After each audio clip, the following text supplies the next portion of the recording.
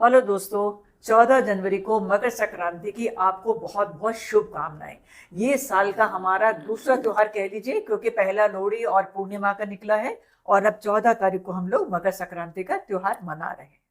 मैं हूं tarot king Praveen Singh. मेरे चैनल पर आपका बहुत बहुत स्वागत है। दोस्तों, आज फिर हमने गुरुजी को बुलाया है। गुरुजी आज बहुत व्यस्त थे, उन्होंने अपने बहुत व्यस्त कार्यक्रम में हमारे लिए टाइम निकाला है, जिससे कि हम उनसे जान सकें मकर संक्रांति का क्या महत्व है और उसके बारे में सारी अच्छे से रोशनी डालेंगे हमारे गुरुजी। अब हमारे गुरुजी किसी परिचय के मोहताज नहीं है, आप उनको जानते हैं। गाजियाबाद में रहते हैं, शास्त्रीनगर में रहते हैं गुरुजी, और सारे काम जो मैंने आपको पहले भी कहा था, पूरे अनुष्ठान हमारे गुरुजी द्वारा संपन्न करे जाते हैं। और आपको किसी भी तरह का अनुष्ठान कराना हो तो आप संपर्क कर सकते हैं। तो चलिए शुरू करते हैं। तो गुरुजी, आपका बहुत बहुत स्वागत है। आज आपने व्यस्त टाइम में से हमें टाइम दिया, आपका बहुत बहुत शुक्रिया। तो क्योंकि ये मकर संक्रांति का त्योहार बहुत महत्वपूर्ण होता है, इसलिए मैंने सोचा कि मैं आपसे इसके बारे में डिटेल में थोड़ी चर्चा करूं। तो अब आप बताइए, मकर संक्रांति क्या, मतलब कैसा त्योहार है, क्यों मनाते हैं, अब आप बताइए। सभी दर्शकों को राधे राधे, जय श्री राम।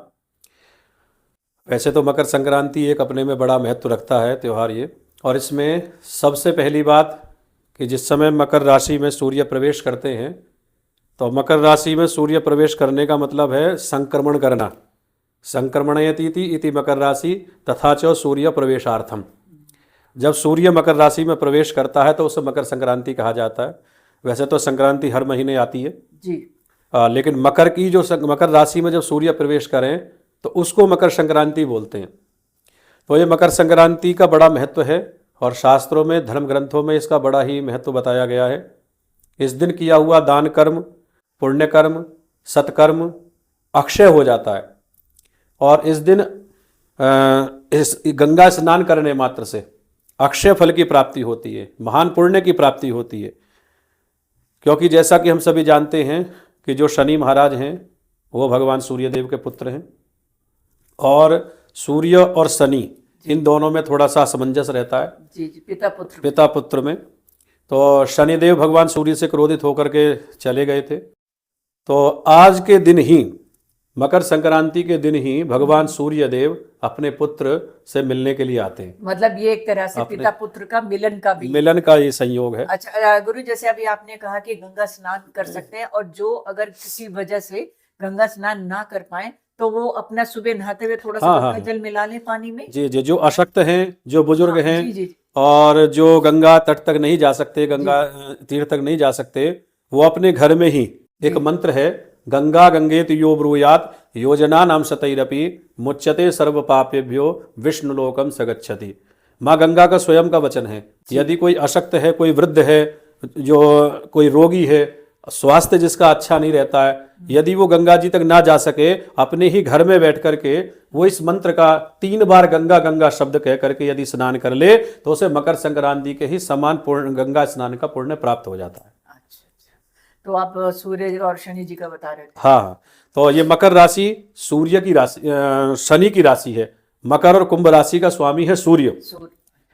मकर और कुंभ राशि का स्वामी शनि है, और इसमें जब मकर राशि में सूर्य प्रवेश करते हैं, अपनी पुत्र की राशि में जब शनि आते हैं तो उनको बड़ा अच्छा लगता है। अपने घर वापसी होती है उनकी, एक तरीके से कहा जाता है कि अपने पुत्र से मिलने के लिए वो आते हैं। और जब पिता एक पुत्र से मिलता है कई वर्षों बाद, तो उसे बड़ी संतुष्टि होती है, बड़ी प्रसन्नता होती है, बड़ा आनंद आता है उसको। तो इसलिए सूर्य देव जब मकर राशि में प्रवेश करते हैं, अपने पुत्र से मिलने के लिए आते हैं, तो उस दिन के दिन सूर्य की पूजा करने मात्र से, भगवान शनिदेव की पूजा करने मात्र से, भगवान देवगुरु बृहस्पति की पूजा करने मात्र से अलौकिक पुण्य की प्राप्ति होती है, विशेष पुण्य की प्राप्ति हो जाती है। अच्छा गुरु जी, ये भी कहते हैं सूर्य उत्तरायण भी होते हैं। हाँ, इसके पीछे भी एक महत्व है कि 6 महीने की देवताओं की रात्रि होती है और 6 महीने की देवताओं की दिन होता है। तो आज के दिन 14 जनवरी के दिन ही जब सूर्य मकर राशि में प्रवेश करते हैं तो उत्तरायण सूर्य हो जाते हैं। यानी देवताओं का दिन प्रारंभ शुरू हो जाता है। सूर्य उत्तरायण हो जाता है। हाँ, सूर्य उत्तरायण होने का मतलब है देवताओं का दिन 6 महीने का दिन शुरू हो गया। तो सूर्य भगवान 1 महीने के लिए रहते हैं यहाँ पर। सूर्य एक राशि पर 1 महीने निवास करते हैं। अच्छा, तो उसके लिए हमें क्या क्या करना चाहिए, क्योंकि जैसे मकर राशि में सूर्य आए हैं, तो क्या दान पुण्य, क्या क्या करना चाहिए हम लोगों को। मकर राशि में सूर्य प्रवेश करे, मकर संक्रांति होती है। इस दिन सर्वप्रथम तो हमें ब्रह्म मुहूर्त में उठ जाना चाहिए। जी सर्वप्रथम ब्रह्म मुहूर्त में उठ करके गंगा स्नान करें। जी गंगा स्नान करने का फल ये है कि यदि हम किसी गंगा जी के पास जाकर के स्नान करें, गंगा में डुबकी लगाएं, तो अपार पुण्य की प्राप्ति हो जाती है। और यदि गंगा जी ना जा सके तो घर में ही आप गंगा गंगा शब्द बोल करके, गंगा जल डाल करके बाल्टी में आप स्नान कर सकते हैं, वही पुण्य मिलेगा। और दूसरा, इस दिन चावल का और दाल का यानी खिचड़ी आपस में संयोग मिल करके खिचड़ी का बड़ा महत्व है। दाल मतलब वो काली वाली उड़द की दाल, उड़द की दाल या हरी वाली दाल, मूंग की दाल, कोई भी दाल डाल करके आप चावलों में खिचड़ी तैयार करें, उसका भगवान सूर्य देव को भोग लगाएं, भगवान नारायण को भोग लगाएं और भोग लगा करके वो प्रसाद भक्तों में वितरित करें, तो इससे महान पुण्य की प्राप्ति होती है। तो जैसे आप सूर्य भगवान कह रहे हैं, तो खिचड़ी साथ में बनाए तो गुड़ भी हम उसमें रख सकते हैं। गुड़ भी रख सकते हैं और अन्य अन्य और सब्जियां भी उसमें मिला सकते हैं। अच्छा। हाँ। और जैसे हम लोग, जैसे आप नारायण, भगवान नारायण के लिए भी आप बता रहे हैं, तो हम खीर भी बना सकते हैं। खीर बिल्कुल, का भोग भी लगा सकते हैं। खीर का केसर युक्त खीर का भोग लगा केसर सकते युक्त खीर का हाँ। भोग लगाए और उसमें मतलब तुलसी पत्ता डाल करके। बिल्कुल। तो इससे क्या क्या प्रभाव पड़ता है हमारा, मतलब जब सूर्य मकर राशि में आ जाते हैं तो कुछ किस तरह के परिवर्तन होते हैं? वैसे तो मकर और कुंभ राशि के लिए सूर्य तो बहुत ही अच्छा रहता है, क्योंकि दोनों की, मकर राशि कुंभ राशि का स्वामी एक है, तो शनि की राशि है। तो मकर राशि कुंभ राशि इसके लिए बहुत अच्छा प्रभाव पड़ता है। उसके साथ साथ जो सिंह राशि है, जो सूर्य की अपनी राशि है, उन सिंह राशि वाले व्यक्तियों के लिए बहुत ही अच्छा समय होता है। नहीं, इसमें जैसे कि अब ये 7.5 भी खत्म होने वाली है ना, जी, मकर राशि मकर राशि की शायद आखिरी चरण चल रहा है। जी जी। तो उससे ये जो मार्च में शायद खत्म हो रही है, ये 8 मार्च को। अच्छा, तो ये 7.5 खत्म हो, तो इसमें अब ये क्या प्रभाव रहेगा शनि महाराज का ना इसमें, क्योंकि सूर्य देव आए हैं वहां, तो क्या मतलब जाते हुए 7.5 में मतलब क्या प्रभाव होगा? जाते हुए 7.5 कहते हैं कि ज्यादा अच्छा प्रभाव दे जाती है, क्योंकि एक तो जो जब आती है, जब कोई महादशा आती है, चाहे दशा हो, महादशा हो, अंतरदशा हो, जब ये आती हैं तो थोड़ा सा प्रभाव अच्छा नहीं होता है। और मीडियम में जब मध्य में राशियां चलती हैं तब थोड़ा सा प्रभाव नहीं होता है। लेकिन जब ये राशि निकलती हैं, छोड़ करके उस राशि को जाती हैं, तो थोड़ा सा अच्छा प्रभाव करके जाती है। अच्छा। हाँ। तो इस दिन हमें और क्या क्या चीजें करनी चाहिए, क्योंकि इतना बड़ा दिन आपने बताया जी। कि दोनों सूर्य भगवान और शनि भगवान के घर आते हैं, तो और हमें किस तरह की क्या क्या चीजें हम लोग इस दिन को अच्छा बनाने के लिए क्या क्या कर सकते हैं? इसमें सर्वप्रथम तो सूर्य उपासना हमें करनी चाहिए, भगवान सूर्य की उपासना करनी चाहिए, भगवान नारायण की उपासना करनी चाहिए, और भगवान शनिदेव का कवच आता है, एक शनि कवच बोलते हैं जिसको, उसका पाठ करना चाहिए।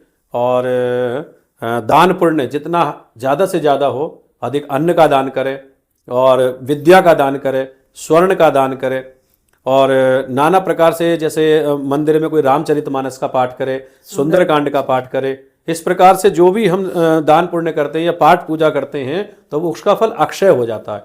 जैसे हम कभी अन्य पर्वों में कोई काम करते हैं, पूजा पाठ करते हैं, दान पुण्य करते हैं, तो उसका फल तो धीरे धीरे यदि कोई पाप हो जाए, अधर्म हो जाए तो वो कट जाता है। लेकिन आज के दिन किया हुआ कर्म, आज के दिन किया हुआ सत्कर्म, आज के दिन किया हुआ दान और ये पुण्य कभी नष्ट नहीं होता, वो दिनों दिन प्रतिदिन उसकी उन्नति होती रहती है, वो बढ़ता रहता है, वो अक्षय हो जाता है। अच्छा, तो जो सूर्य भगवान को हम जल देंगे उसमें क्या डालेंगे?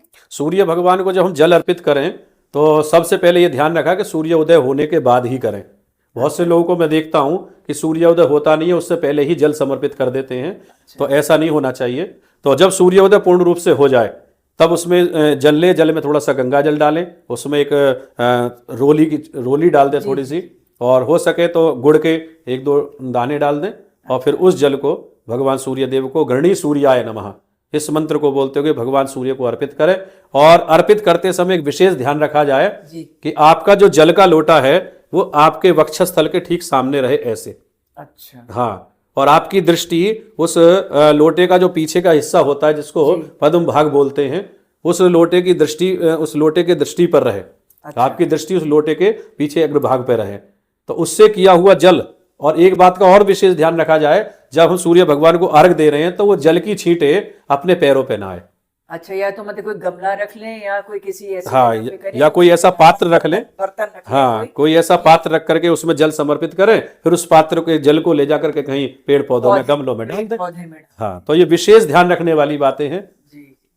अच्छा, ये जब सूर्य हमारे उत्तरायण हो जाते हैं और ये मकर संक्रांति हमारी शुरू हो गई, तो इससे क्या दिन मतलब बढ़ने लगते हैं? क्या क्या चीज है, मतलब दिन बड़े होने लगते हैं या रात छोटी होने लगती है, दिन रात बड़े छोटी? होने लगते हैं। अच्छा। हाँ तो ये जैसे मकर राशि के लिए तो चलिए अपने सूर्य में आया, शनिदेव की राशि है, कुंभ भी शनिदेव की राशि है, और क्या और राशियां भी प्रभावित होती हैं इनसे, सूर्य हाँ, भगवान इससे के कुछ? 5 से 6 राशियां और प्रभावित होती हैं।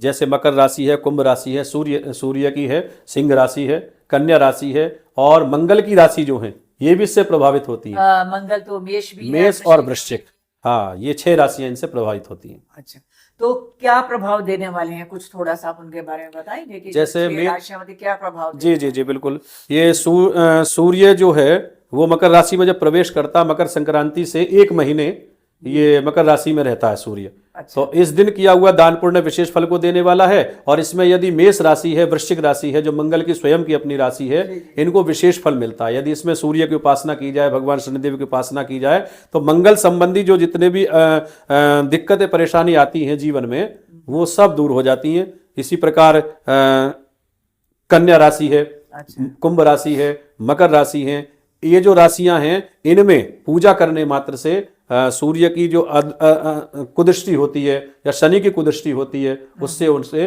त्राण हो जाता है, उससे उनकी रक्षा हो जाती है, और भगवान की कृपा से बहुत ही उसके अंदर आनंदित प्रभावित हो जाता है। मतलब जो जिसके काम रुके हुए हैं, कोई या किसी को जॉब में कोई दिक्कत आ रही है या कोई ऐसे काम रुके हुए हैं, तो अगर वो ऐसे इस दिन दान पुण्य करें सारे, तो उनकी वो कठिनाइयां दूर होने के आसार बन जी जाते जी हैं। जी। कार्य में आ रही बाधा, व्यापार में आ रही बाधा, घर में आ रही बाधा, परिवार में आ रही बाधा, ये सारी बाधाएं दूर होनी शुरू हो जाती हैं। अच्छा, और थोड़ा सा मैं ये भी पूछूंगी कि जैसे जिनकी कुंडली में सूर्य नीच के होते हैं या कुछ, उनके लिए भी कुछ करना है हाँ, या उन्हीं के उनसे? लिए बताया ना, जब अच्छा। सूर्य नीच के जिसकी कुंडली में है, कुदृष्ट हैं, सूर्य नीच के हैं, अच्छा। और या फिर अच्छा फल नहीं दे रहे हैं, अच्छा दशा फल नहीं महादशा जी। अंतरदशा प्रत्यंतर दशा में अच्छा फल नहीं दे रहे हैं, यदि इस दिन वो इस महीने यदि मकर राशि में जब सूर्य प्रवेश करते हैं, यानी जनवरी का जो महीना होता है, इस महीने में सूर्य की उपासना करने मात्र से, भगवान शनिदेव की उपासना करने मात्र से सूर्य का जो कुप्रभाव है वो शुभ प्रभाव में प्रभावित हो जाता है। अच्छा, यहाँ पे थोड़ा सा मैं मकर राशि की डिटेल में थोड़ा सा जानना चाहूंगी, क्योंकि मकर राशि में मेन सूर्य ये परिवर्तित हो रहे हैं, उनका मतलब ये धन की क्या स्थिति रहेगी मकर राशि के लिए तो बहुत ही महत्वपूर्ण महीना है आज ये दिन। अच्छा। हाँ, मकर राशि और कुंभ राशि के लिए तो बहुत ही अच्छा महीना होता है। इसमें सूर्य देव की विशेष कृपा होती है, और सूर्य देव होता है यश का प्रतीक, जी। जो सूर्य की पूजा करता है। और मकर राशि के में सूर्य जब प्रवेश करते हैं, उस महीने में यदि कोई सूर्य की उपासना करे, तो उसे यश प्राप्त होता है, कीर्ति प्राप्त होती है, सम्मान प्राप्त होता है, ऊंचे पद पर वो प्रतिष्ठित होता है जाकर के, उसका अच्छा रोजगार बढ़ता है, अच्छा उसे नौकरी की प्राप्ति होती है, अच्छा उसका धन, परिवार का धन वृद्धि होती है, लक्ष्मी की प्राप्ति होती है, बहुत सारी इसकी अभिलाषाएं, उसकी मनोकामनाएं पूर्ण होती हैं। जी, इसमें जैसे लेकिन शनि देव भी हैं, मकर राशि के स्वामी हैं, तो वो मेहनत बहुत कराते हैं जैसे। तो अभी जैसे वो अब इधर सूर्य भगवान भी आगे, वो भी बहुत कुछ दे रहे हैं, तो इसमें क्या इनको जॉब में और उनकी अपनी नौकरी में थोड़ी मेहनत ज्यादा करनी पड़ेगी हाँ या हाँ, वो क्या तो है? देखो, उनका सूर्य का जो पुत्र है शनिदेव, शनिदेव की अपनी राशि है मकर राशि, और मकर राशि का उल्टा करने पर ही कर्म बनता है।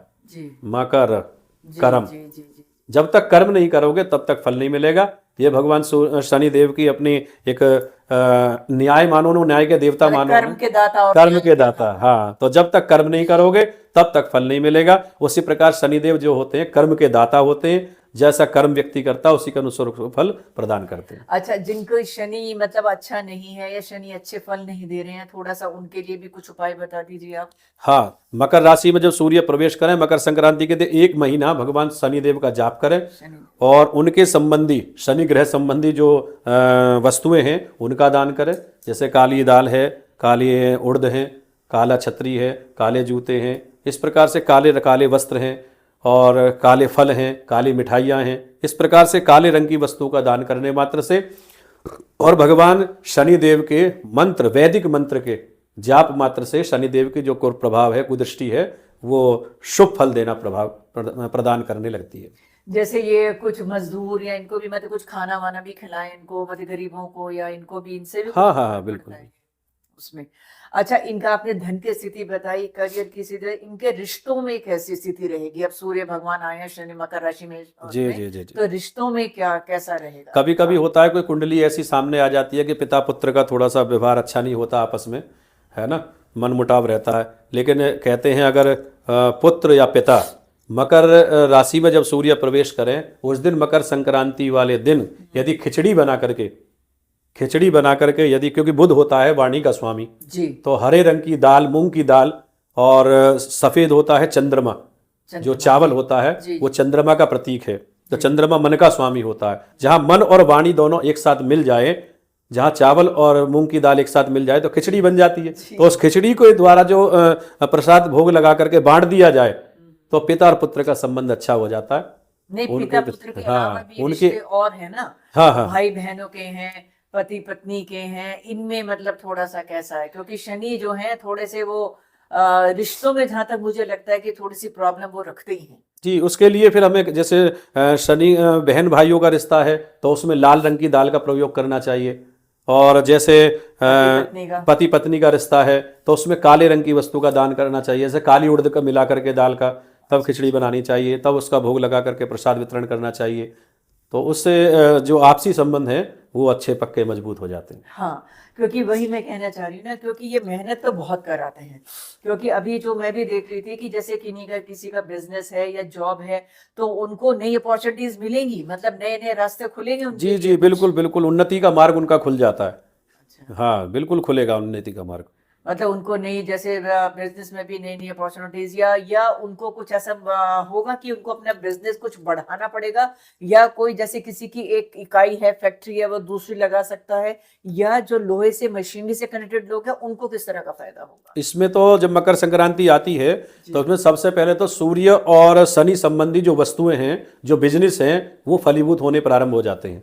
अच्छा। हाँ तो नहीं, बिजनेस तो ठीक है आप बता रहे हैं, लेकिन इसमें क्या होता है कि मुझे जो मकर संक्रांति के हिसाब से मकर राशि का जो मैं देख रही हूँ, उसमें क्योंकि लोहे से कनेक्टेड जो लोग काम करते हैं, हाँ हाँ। मतलब उनको फायदा होगा, या जैसे मतलब वो उसमें और आगे बढ़ाएंगे अपने काम को, या जैसे मैंने कहा ना कि भी किसी की एक इकाई है वो दूसरी भी लगाएगा, या उसको विदेशों से भी मौके मिलेंगे, ये क्या है आप बिल्कुल बताओ? बिल्कुल, क्योंकि एक तो शनि की अपनी राशि है मकर राशि, जी, और मकर राशि में जो सूर्य प्रवेश करते हैं तो मकर संक्रांति होती है। और मकर संक्रांति से ही यदि वो अपने शनि की जो वस्तुएं हैं, लोहा है, जैसे ये कंस्ट्रक्शन का काम है, और विदेश यात्रा है, तो इसमें शनिदेव काफ़ी अच्छे कारागार सिद्ध होते हैं। तो इसमें पूजा करने मात्र से, भगवान शनिदेव की पूजा करने मात्र से वो इस बिजनेस को अपने आगे बढ़ा सकते हैं, और मतलब विदेश यात्रा भी होती हाँ, मतलब आपका कहने का मतलब ये है कि जो काम कर रहे हैं, चाहे या तो वो जॉब कर रहे हैं, है। जी जी जी। या वो कोई अपना बिजनेस कर रहे हैं, तो उसमें उनको बढ़ने के चांसेस हैं इस बार, आगे कि बढ़ने के मतलब चांस है। शनिदेव उनको आगे बढ़ाएंगे, बस वो क्या है कि अपना कर्म करते रहे, कर्म करते रहें बस। कर्म अच्छा करते रहे। बिल्कुल। तो उसमें और भी, जैसे ये पूरा साल मतलब उनके लिए अच्छा है, या साल के किसी उसमें कुछ थोड़ी सी परेशानी भी है? नहीं, लगभग दिसंबर तक तो अच्छा है। अच्छा, पूरे ये साल ही पूरा अच्छा है, साल पूरा साल मतलब अच्छा है मकर ये राशि के अच्छा। लिए। अच्छा, और जो बच्चे विदेश पढ़ने जाना चाहते हैं वो जा सकते हैं। वो जा सकते हैं? हाँ। मतलब उनको शनि भगवान मौका देंगे बाहर जाने का। हम्म, तो वो जो बच्चे आप लोग पढ़ना चाहते हो बाहर, तो आप लोग अच्छे से अपनी तैयारी के साथ अपना पूरा पेपर वर्क करके तभी बाहर अप्लाई करेंगे, तो आपको कोई दिक्कत नहीं आने वाली है पढ़ाई में। लेकिन जैसे इसके साथ साथ हम लोग ये कहते हैं ना कि जो सूर्य भगवान भी हैं, जो ये पढ़ने वाले बच्चे हैं, उनको पढ़ने वाले बच्चों को सूर्य भगवान का कोई विशेष उपाय? वैसे तो उगते हुए सूर्य का दर्शन ही पर्याप्त मात्र है। अच्छा, लेकिन जो मतलब वो सुबह जल्दी उठे हाँ और उगते हुए सूर्य का दर्शन करें, या एक काम और भी कर सकते हैं बच्चे शायद, उगते हुए सूर्य का चित्र हम्म, जहाँ पे बच्चे पढ़ते हैं, जैसे वहां वहाँ पे भी लगा लगा सकते हैं। सकते हाँ हैं हाँ ना, बिल्कुल बिल्कुल। वहां पे भी लगा सकते जी हैं जी, ना, लगा उगते सकते हुए हैं। सूर्य का। बिल्कुल। और क्या बच्चे भी मतलब सब जल दें सूर्य को? हाँ, बच्चे स्नान वगैरह मतलब जो करके। किसी कंपटीशन की तैयारी कर रहे हैं, या अब एग्जाम्स आने वाले हैं बच्चों के, तो एग्जाम्स की तैयारी कर रहे हैं, तो वो सूर्य को जल दें। जी जी, उगते हुए सूर्य का दर्शन करने के उपरांत स्नान आदि से निवृत्त होकर भगवान सूर्य को एक लोटा जल जरूर समर्पित करें, जिससे उनके विद्या भाव में उन्नति होगी, वृद्धि होगी। और जैसे पिता पुत्र का रिश्ता हो रहा है इस बार, सूर्य भगवान आ रहे हैं, तो मैं तो ये कहती हूँ कि सभी बच्चों को कि वो मतलब सूर्य भगवान का तो ये उपाय करें ही, साथ साथ अपने पिता के चरण भी बिल्कुल, रोज स्पर्श करें, है वो ना। तो प्रतिदिन और वैसे माता पिता का आशीर्वाद तो लेना ही चाहिए, वो उनका तो बहुत आशीर्वाद कभी आवश्यक है। खाली जाता नहीं है। जी, जी, जी। तो सूर्य क्योंकि हमारे क्या कहते हैं, पिता के भी कारक है ना जी, जी, इसमें। जी। अच्छा, सूर्य गुरु जी हड्डियों के भी कारक होते हैं, तो इस बार उनका ये जो तबीयत है वो हेल्थ कैसे रहने वाली है, ये बताओ आप, क्योंकि ऐस वो 7.5 उतरती नहीं है ना। जी, जी, जी, तो जी। हेल्थ कैसे क्योंकि रहेगी कहते हैं मकर राशि वालों की? जब भी कोई सूर्य है या कोई भी राशि है, जब किसी राशि में प्रवेश करती है, तो मस्तिष्क से प्रवेश करती है जी और चरणों की तरफ से वो उतरती है। तो उसी प्रकार जो सूर्य देव ये प्रवेश तो मस्तिष्क से कर रहे हैं, लेकिन जब ये उतरेंगे चरणों की तरफ से, तो फरवरी में, लगभग 14 फरवरी के बाद से थोड़ा सा जो घुटने हैं या जहाँ जहाँ जोड़ हैं उसमें थोड़ा सा दर्द हो सकता है, थोड़ा सा उनको परेशानी इसके विषय को लेकर के आ सकती है। नहीं, वो खत्म कब होगी? ये तो फरवरी के बाद ही क्योंकि लगभग। मैं ये इसलिए पूछ रही हाँ। हूँ, मेरी मकर राशि है ना, मेरे को बहुत पेन है लगभग फरवरी लेग्स से में, मार्च के बीच में। तो इसलिए मैं पूछ रही हूँ आपसे कि जी, जी, मतलब 26 फरवरी के शायद आसपास, जी, जी, जी। जितना मुझे ध्यान है हम्म। कि 26 फरवरी के आसपास ये तबीयत ठीक होगी, जिनकी जी, जी, तबीयत जी, ये खराब है। जी, बिल्कुल। और लेकिन उधर ही कुंभ राशि का शायद ये आखिरी चरण चलेगा, कुंभ राशि का आखिरी चरण चल रहा है। तो कुंभ राशि वालों को अपना बहुत ध्यान रखना पड़ेगा। कुंभ राशि को शनि उपासना, सूर्य उपासना से विशेष फल मिलेगा। हाँ, लेकिन उनको अपनी हेल्थ में, अपनी जी, कमर जी। का और अपनी लेग्स, मतलब इसमें लेग से कमर से मतलब नीचे के पार्ट का उनको बहुत ध्यान रखना जी, पड़ेगा। जी। तो इसके अलावा तो कोई हेल्थ की, कोई पेट के कुछ नहीं, ऐसे नहीं, कोई समस्या नहीं है? नहीं, नहीं, बस मतलब सूर्य जैसे सबसे अच्छा भगवान, है प्रातःकाल जल्दी उठना। प्रातःकाल जल्दी उठे। यही तो बच्चों की मुश्किल हाँ, बस प्रातःकाल जल्दी उठ करके कहते हैं सारे रोग, सारी व्याधियां दूर हो जाती हैं। यदि प्रातःकाल उठ करके वो ब्रह्म मुहूर्त में 5 संतों का नाम ले या फिर किसी अपने इष्ट का नाम ले, और सब उठ करके सबसे पहले माता पिता के चरणों का स्पर्श करे, भगवान सूर्य को एक लोटा जल समर्पित करे, तो उसी से ही कहते हैं कुंडली में अगर नीच के भी ग्रह बैठे हैं तो उससे भी बहुत लाभ मिल जाता है, और सारी कुदृष्टियाँ, सारी महादशाएं उसके प्रभावित होकर के अच्छा फल देना प्रारंभ कर देती हैं। अच्छा, मैं एक चीज और पूछना चाह रही थी, जैसे हम बच्चों को कोई एक छोटा मंत्र बताएं, मतलब बच्चे मुश्किल तो याद नहीं कर पाते हैं, अगर वो ओम नमः शिवाय हो गया, या जैसे ओम नमः भगवते वासुदेवाय, तो इनका जाप कर सकते हैं कर बच्चे? सकते हैं बच्चे, मतलब इसमें जैसे कोई नियम मकर संयम की संक्रांति, आवश्यकता नहीं है। पूर्णिमा भी हो गई है कुछ बिल्कुल, भी, बिल्कुल। तो इसमें मतलब किसी भी एक मंत्र का वो। नाम जप का तो विशेष महत्व बताया गया है, और मकर संक्रांति वाले दिन तो सुबह लगभग ब्रह्म मुहूर्त में 4:30 बजे जी, यदि इसका जाप किया जाए तो वो मंत्र भी जागृत हो जाता है। मतलब कोई भी और मंत्र कोई करें? भी मंत्र हो वो जागृत हो जाता है। और गंगा स्नान करते समय यदि गंगा जी में नाभि पर्यंत जल में खड़े होकर के मंत्र का जाप किया जाए तो बहुत जल्दी सिद्ध हो जाता है, बहुत जल्दी जागृत हो जाता है। और जो आजकल की युवा पीढ़ियां हैं तो ये भी उठ करके यदि इस दिन मंत्र जाप कर लें, या ओम नमो भगवते वासुदेवाय है, ओम नमः शिवाय है, एक सबसे बड़ा मंत्र है कृष्णाय वासुदेवाय हरये परमात्मने प्रणतः क्लेशनाशाय गोविंदाय नमो नमः। यदि इस मंत्र का जाप करें, ओम नमः शिवाय मंत्र का जाप करें, ओम ऐं ह्रीं क्लीं चामुंडाय विच्चे, ये देवी का बड़ा प्रभावशाली चमत्कारिक मंत्र है, इसका पाठ करें, या फिर नमो भगवते वासुदेवाय इसका पाठ कर लें। और इतना भी नहीं कर सकते तो नमो नारायणाय, ये अष्टाक्षरी मंत्र है। नमो नारायणाय, नारायण। हाँ, ये अष्टाक्षरी मंत्र है, गरुड़ जी। पुराण में भी इसका जिक्र है, और हमारे धर्मशास्त्रों में भी इसके विषय में बताया गया है। ये बच्चे यदि इसका मंत्र का भी जाप कर लें, मेरे ख्याल से 2 से 5 मिनट मुश्किल से लगेगा, इतना तो निकाल ही मतलब सकते हैं। कितना करना चाहिए जाप? एक माला कम से कम। अच्छा, मतलब 108? हाँ, 108 बार। मतलब वो या तो टाइम सेट करके कैसे भी, बस। मतलब 108 ये जी, पहली जी। बार थोड़ा सा होता है, हाँ। थोड़ा सा जब वो आपकी जीवा पे आ जाता है तो फिर आपको देर नहीं लगती है। तो मतलब किसी भी मंत्र का जाप करना चाहिए, उससे क्या होता है आपकी एकाग्रता भी बढ़ती है बच्चों की, जहां तक मुझे लगता है कि मन एकाग्र हो एकाग्रता जाता है। बढ़ती है, मन एकाग्र होता है। और जहां तक मेरे को याद आ रहा है कि उत्तर दिशा में अगर बच्चों का मुख रहे जी, तो जल्दी उनको याद भी होता है। ठीक बिल्कुल, बोल रही हूँ? बिल्कुल, बिल्कुल। ऋषियों की उत्तर दिशा बताई गई है, हाँ जी, हाँ जी। तो यदि उत्तर दिशा है की तरफ मंत्र जाप किया जाए मुख करके, उत्तराभिमुख होकर के, तो मंत्र बहुत जल्दी व्यक्ति को स्मरण हो जाता है, याद हो जाता है। और अब तो जैसे कि ये नया साल भी आई गया है, शनि भगवान भी हैं और सूर्य भगवान शनि भगवान के घर जा ही रहे हैं, तो हनुमान चालीसा भी आप कर सकते हैं, बिल्कुल। है ना। और अगर सभी बच्चे सुबह उठ के, बच्चे बड़े जो भी, अगर हनुमान चालीसा का आप लोग पाठ करें तो वो भी आपके लिए बहुत फलदायक है। और ये तो बच्चों आप थोड़े से रूटीन बना ही लीजिए, आपके एग्जाम्स भी आने वाले हैं, अब तो तैयारी है आप लोगों की। तो आप सुबह उठकर सूर्य भगवान को जल जरूर दीजिए, और जैसे गुरुजी ने बताया कि जल वो चरणों में नहीं गिरना चाहिए, आप कोई एक बर्तन नीचे कुछ एक पात्र रख सकते हैं, और उगते हुए सूरज को आपको जल देना है, और उगते हुए सूरज का एक चित्र भी आप अपने उसमें कमरे में लगा सकते हैं, और एक आप छोटा सा कोई मंत्र बोलेंगे तो उससे आपकी एकाग्रता बढ़ने वाली है। तो थोड़ा सा अब जैसे ये परिवर्तन हुआ है, तो हमारे कुछ देश में भी कुछ चेंजेस कुछ होंगे क्या, जो आजकल परिस्थिति चल रही है, नया वायरस भी आ गया है, ये क्या मतलब कुछ क्या है आपको, आप देख पा वैसे रहे हैं? कोई ज़्यादा घबराने वाली बात नहीं है, कोई इतना अच्छा चिंता का विषय नहीं है, अच्छा। क्योंकि अब ये सारी कमान सूर्य भगवान के हाथ में रहेगी। जी जी तो जी जी। सूर्य तो अपने में प्रकाशित है, हाँ और सूर्य। सूर्य के समान तो कोई तेजस्वी ग्रह नहीं है। जी जी तो इसलिए जो भी समस्याएं हैं, परेशानियां धीरे धीरे करके दूर होनी शुरू हो जाएंगी, और हमारा देश फिर से आगे बढ़ेगा। वैसे तो हमेशा आगे बढ़ता आया है, जी। लेकिन देश में जो थोड़ी बहुत परेशानी आती है वो हर देश में होती हैं। तो लेकिन अब इतनी चिंता का भी विषय नहीं है, अब सब ठीक होता चला जाएगा। चलिए, ये तो बहुत एक पॉजिटिव बात है कि सारा, लेकिन हम सबको भी अपने देश के लिए भी दोस्तों, हम लोग अपने लिए तो प्रार्थना करते ही हैं, अपने बच्चों के लिए, अपने परिवार के लिए भी प्रार्थना करते हैं, लेकिन एक प्रार्थना हमें अपने देश के लिए भी करनी चाहिए। हम सब अपने लिए बहुत कुछ मांगते हैं, लेकिन देश भी हम लोग जो है, हमसे सब देश, देश भी हमसे, हम देश से, दोनों में तो ये बात मानती हूँ।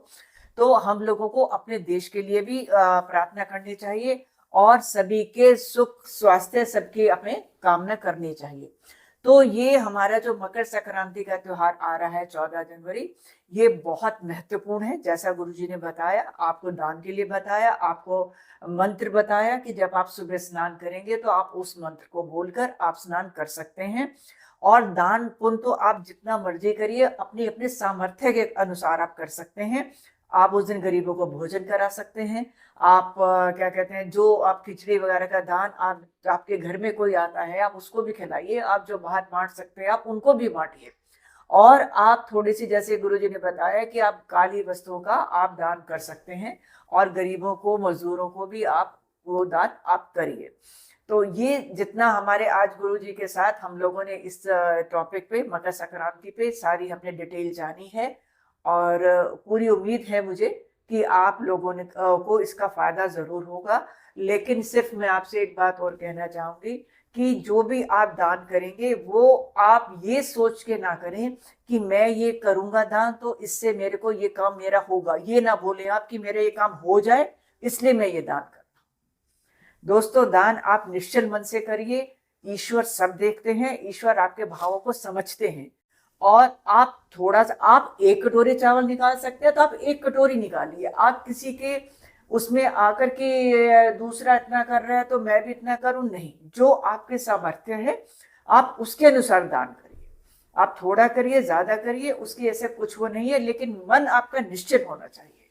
मन में आपके ये भावना नहीं होनी चाहिए कि भगवान मेरा ये काम कर दे तो मैं ये दान करूं।